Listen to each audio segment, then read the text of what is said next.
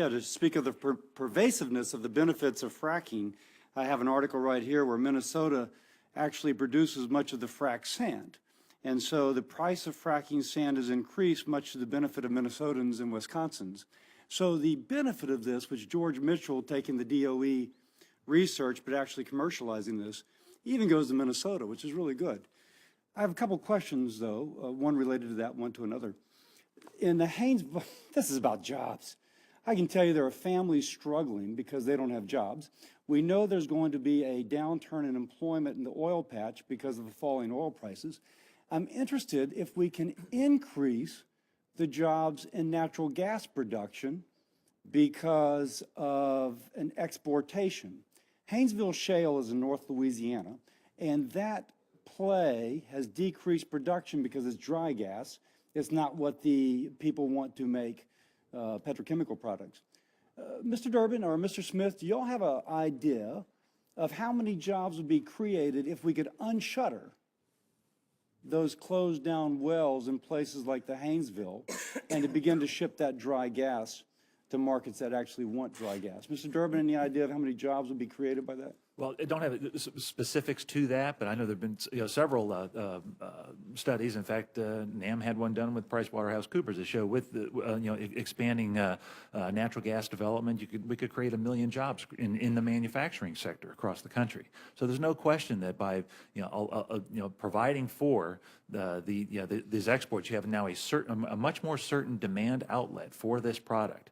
We're very fortunate here in the U.S. that natural gas prices and oil prices are largely decoupled. So if we increase that production, by the way, we'll also be decreasing the demand for steel pipe, which is produced in places like Minnesota, Ohio, et cetera, correct? Fair statement? Would be increasing demand, yes. Absolutely. Mr. Smith, it seems this has been a great hearing, but I have a perception, it may be false, that there's a certain kind of languidness about the approval of some of these permits. Now, that may be a perception. I might say I'm happily married, which means I speak of my perceptions, not of what I know, okay? That said, when I look at the FERC and DOE processes, FERC says, I understand under DOE, there's a statement that they want to look at the life cycle, the increased in life cycle methane emissions if exportation requires increased production of gas. FERC says in their approval process they cannot ascertain that, therefore they do not consider it. The fact that DOE would consider something which FERC says is an imponderable, to me makes me wonder if they're just, I'm sorry for all the bells, that they're almost inviting litigations by those who wish to retard this process. So why would DOE consider something which FERC considers an imponderable? Well, thank you for the question, Senator. First, I'd certainly challenge the characterization of languid as our process. The most recent authorization that we issued, we literally issued 1 day after the FERC process was completed. As I would say to my wife, I apologize. Duly noted. So thank you, Senator. So in terms of the FERC process and DOE FERC process, I think it's important to consider the fact that we are looking at two very different considerations, two very different decisions.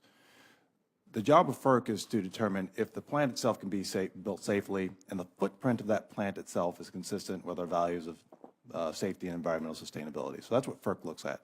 Can the applicant build that terminal on that footprint? But don't you also consider the life cycle, if there will be an increase in life cycle release of methane or greenhouse gases relative to increased production? So that is what the Department of Energy looks at. So the Department of Energy is looking at giving the applicant the ability to actually export the molecule. Correct. And so we have to look at all the things that would be impacted, all the things that would be part of a public interest determination of giving the applicant that ability to export that molecule. And that includes a lot of the things that are surrounding. But that particular consideration is going to be full of assumptions.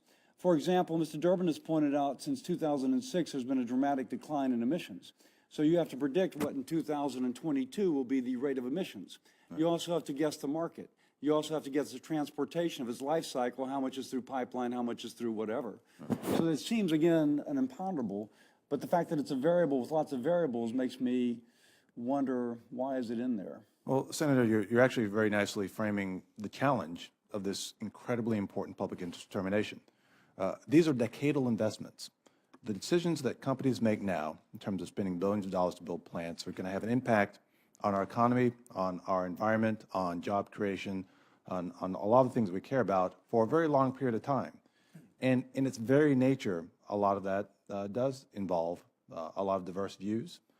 I hear from Mr. Ciccio's members, I hear from Mr. Durbin's members, and they have different views. So we do have to consider a lot of different. But really, we don't know which of those is correct.